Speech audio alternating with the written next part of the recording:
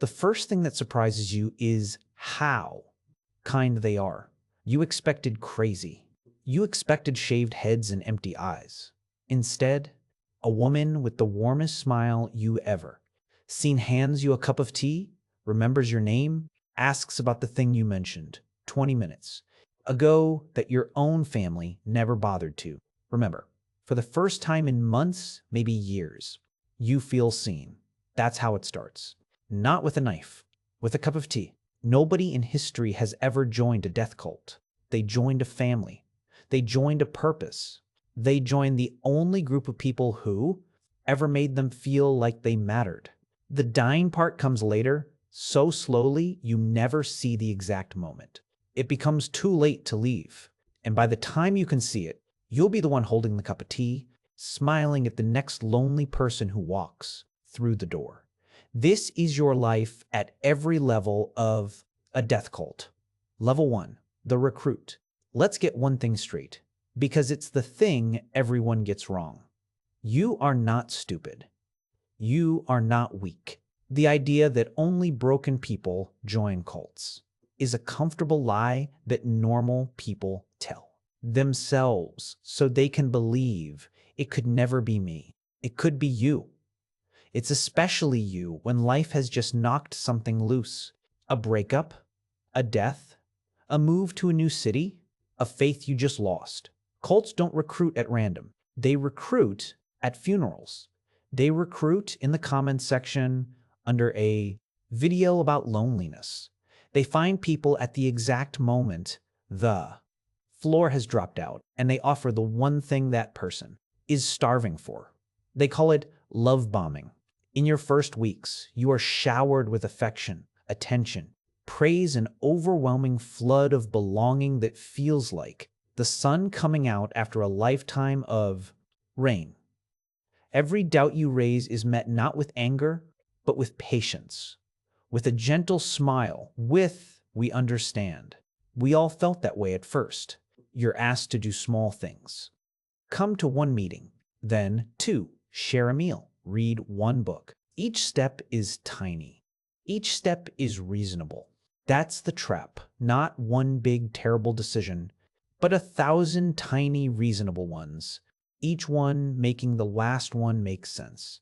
And one morning you wake up and realize you haven't called your sister in 2 months, and a small voice asks why, and a louder voice you've been trained to use answers, because she doesn't understand my purpose.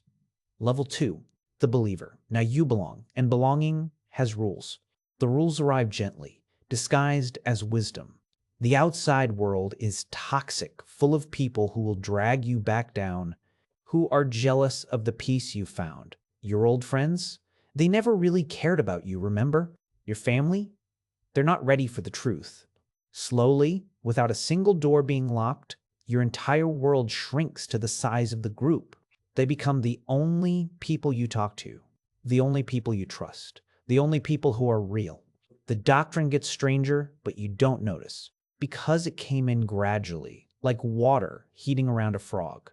There's a special vocabulary now. Words only insiders understand, which is its own quiet thrill, because using them proves you're one of the chosen. There's a leader who is no longer described as a man, but as something more. And there's a growing sense that the world is sick, that the end is coming, and that your group, only your group knows the way through. There's even a dark comedy to it that you'd laugh at if you could still see clearly. The group has strong opinions about the most mundane things. What you eat, how you sleep, who you're allowed to love, all delivered as cosmic truth. But you can't see it, because the one skill the group has trained out of you more carefully than anything else is the ability to ask a question and actually wait for an honest answer. You start donating money, then you start donating everything. Level 3, the devotee. To rise, you must prove your commitment. And the price of proof is everything that used to be you. You give up your savings. All of it, because money is a worldly attachment. And besides, the group needs it more than you do. You give up your name, sometimes literally, taking a new one to mark your rebirth. You give up your privacy, confession sessions where you're encouraged to share your deepest shames, which feels like healing, but is actually the group building a file on exactly which fears to press when you ever think about leaving. And then comes the test that breaks the last thread. Someone you love from the outside, a parent maybe, tracks you down, stands in front of you, begs you to come home, cries, tells you they love you, that whatever happened, it's okay. Just come home. And you look at them with a strange floating calm, and you feel almost sorry for them, trapped as they are in their small, dead world. And you turn around, and you walk back inside. You'll replay that moment for the rest of your life. But right now, in this moment, you feel nothing but the serene certainty that you've passed the test.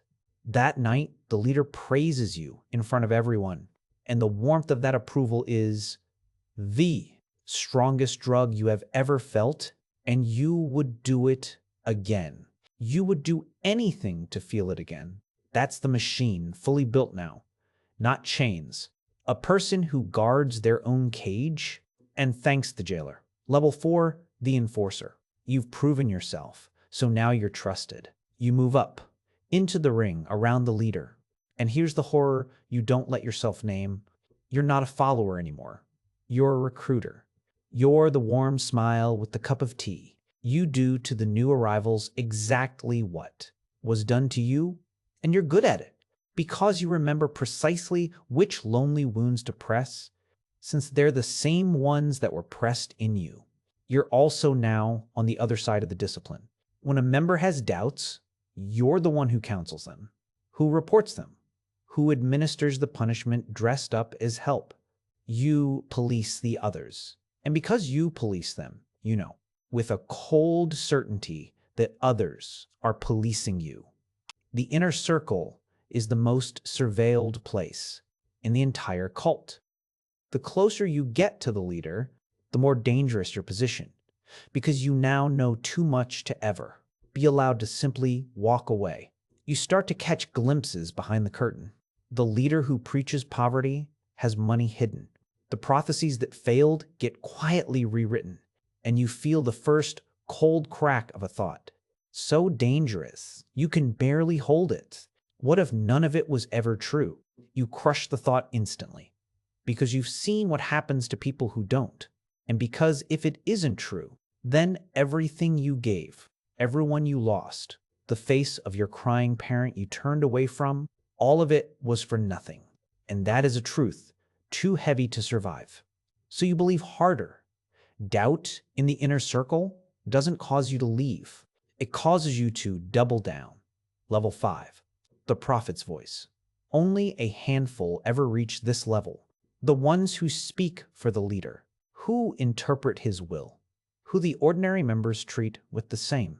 All the leader himself receives. From here, you can finally see the whole machine. And what you see is stranger than you imagined. The leader is real, but the legend of the leader is a collaboration, built by people like you, who translate his rambling into scripture, who cover for his failures, who stage the miracles.